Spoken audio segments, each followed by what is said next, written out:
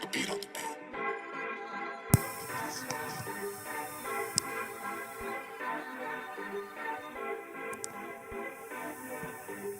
And here we go. Yes, it is finally here. The dance is here. We are in week 13. This is the final week of the regular season in the Gridiron Dynasty 2018 season. Of course, I am your commissioner. Let's get into this playoff breakdown right away. At number 1, as it's been all season, we have Team DNA. At 9-3, this team has dominated this division, is the runaway point leader on the year, has already clinched the division title, and of course a playoff berth. Not much to say about that. It's a wrap. This team is just basically resting their starters this week if they want to. Excellent job, excellent work. The combination of Tyreek Hill and Patrick Mahomes has just been killing it all season. The emergence of David Johnson, the move for Adrian Peterson, the moves have all just been very precise by this team. We like what we see here. Kenny Golladay could also be a big factor down the stretch. Don't sleep on that as well. So they have the number 1 spot in the number 1. The only thing they're playing for right now is the actual number 1 seed. With a win, Team DNA will clinch the top seed in the playoffs and obviously be in the number 1 spot. With a loss and a win by Black Ops, that's the only thing that could possibly disrupt the run Team DNA is on right now, which takes us to number 2, the Black Ops. After a huge win over Bad Seeds last week, Black Ops is finally taking the division lead. At 9-3, the Ops controls their own fate. So of course, the playoffs are clinched. The magic number this year is 7. All teams with 7 wins are automatically in, mathematically in. So the playoffs are clinched, but with a win this week, the division title will be sewn up. With a loss, it's gonna not looking good because if Bad Seeds wins, Bad Seeds has about a 44 point lead right now, so that could jeopardize the division title. But win and it's all sewn up. At the number 3 spot, we have Bad Seeds. At 8-4, Bad Seeds is in the playoffs, but there's still much to play for, as we just mentioned, because the division title is on the line. With a Black Ops loss against the Boss of Bosses, Bad Seeds could jump into first place with a win over DOD. This is a great matchup. We're going to get more into it when we get to DOD, but I love this matchup. This is going to be a great one. Look for a high-scoring affair here. So now let's move on to the number 4 spot, the Inglorious Bastards.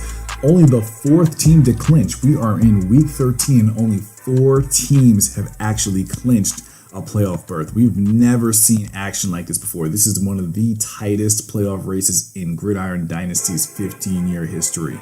What a year, what a season. Anyway, getting to the IB. They are in the playoffs. He has made it. At this point, it's all about seeding. This week brings a game against GT Dons, who is desperate to get into the playoffs, who's on the outside looking in. And it's not good timing for the Inglorious Bastards because GT is putting up some points right now. And on top of that, the Inglorious Bastards are dealing with a lot of injuries. Mitch Trubisky may not play this week. Stephon Diggs is hurt. Matt Breida is banged up. This team needs to get healthy and get healthy quick. They are limping. Rob Gronkowski, his health is always a mystery. This team is literally limping into the dance. They need to get healthy to be a factor in the playoffs. Moving on to number 5, the Boss of Bosses, the Capo. At 6-6, Capo is still in control of his fate.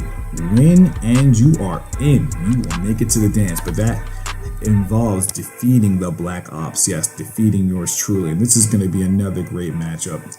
We have Jared Goff in an excellent spot against Detroit, but Alvin Kamara will kick it off on Thursday Night Football against Dallas. Can Kamara bounce back?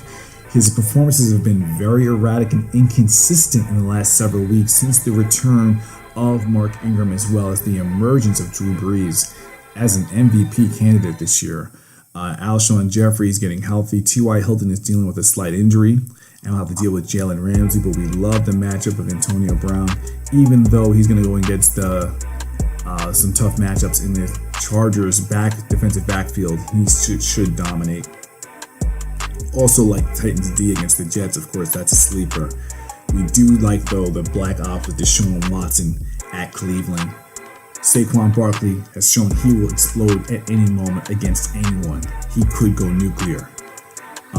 Also, don't sleep on the sleeper here, Adam Humphries, who has a great matchup at Carolina. And people may not know this, but since week 6, Adam Humphries is a top 8 receiver in yards in the entire NFL. This guy is a mega sleeper, and we think he will exploit a very weak Carolina defense. Also, we give the edge here to the ops in this game based on the Kansas City defense. Watch out for that defense. This is a high-scoring, playmaking, explosive defense against the Oakland Raiders and the tanking John Gruden.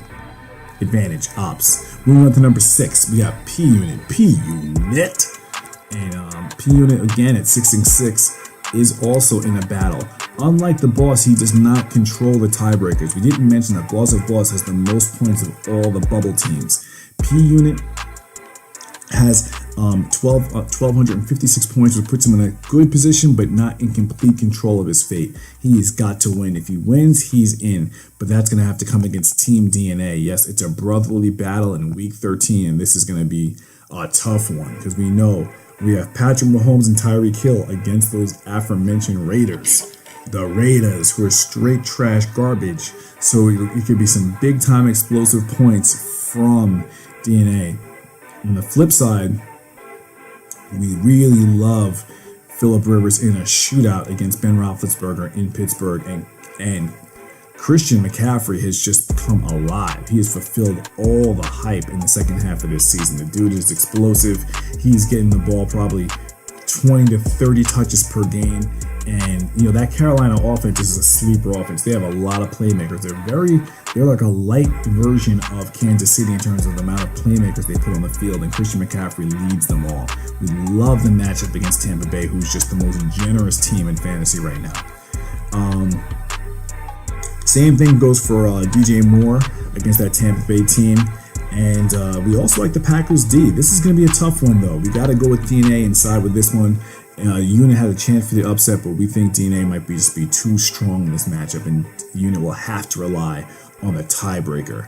This will require a loss by Boss of Bosses, which will put P-Unit in a great position, as well as a loss by GT Dons or Team Fabulous. Those are the main contenders in the points competition for a tiebreaker, which brings us to DOD at number 7. DOD is also 6-6 and has less points than P-Unit or Boss of Bosses, GT Dons, and Team Fabulous. So it's going to be critical to win because there are multiple scenarios where DOD will not make it with a loss.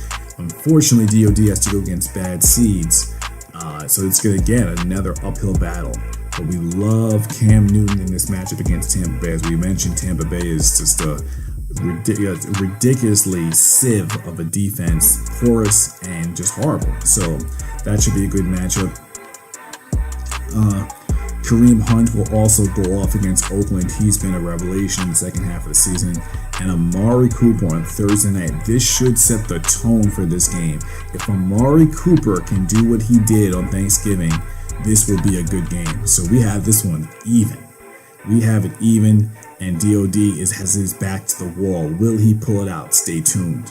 Which brings us to number 8 in our rankings, and that's Buffett's Brawlers. Also at 6-6, a part of this 6-6 conglomerate. But unfortunately for Buffett, he is in the worst situation points-wise. He has the least points of any of the teams who are in it, and there are 11 teams who are technically in contention right now. And he has the least points, so he needs the most work. A win is a must. This team must win. This team could actually win and still be knocked out. So the easiest solution is to get it. And unfortunately, this team is playing Team Fabulous, a 5-7 team. So by winning this game, Buffett will eliminate one of his competition who has more points than him. So winning is critical. Can Lamar Jackson do it against Atlanta? That remains to be seen. We like Ezekiel Elliott on Thursday Night Football against the Saints. Austin Eckler, what timing. He has a huge upgrade now that Melvin Gordon's out for probably the next 2 weeks and should get off against Pittsburgh. The receivers are just so-so, whereas Team Fabulous, on the other hand, is reeling from that Melvin Gordon loss. This is like the Melvin Gordon bowl this game, because he had Melvin Gordon, who's now on the bench with that injury. Poor timing, but at least Carlos Hyde will probably get 15 to 16 yards out there on 18 carries. Gus the Bus Edwards should be okay at Atlanta. We love Adam Thielen against anyone, but I'm not sure we see enough firepower here. We're giving the edge to Buffett in this one. Moving on to GT Don to the 9 spot. GT is on the outside looking in.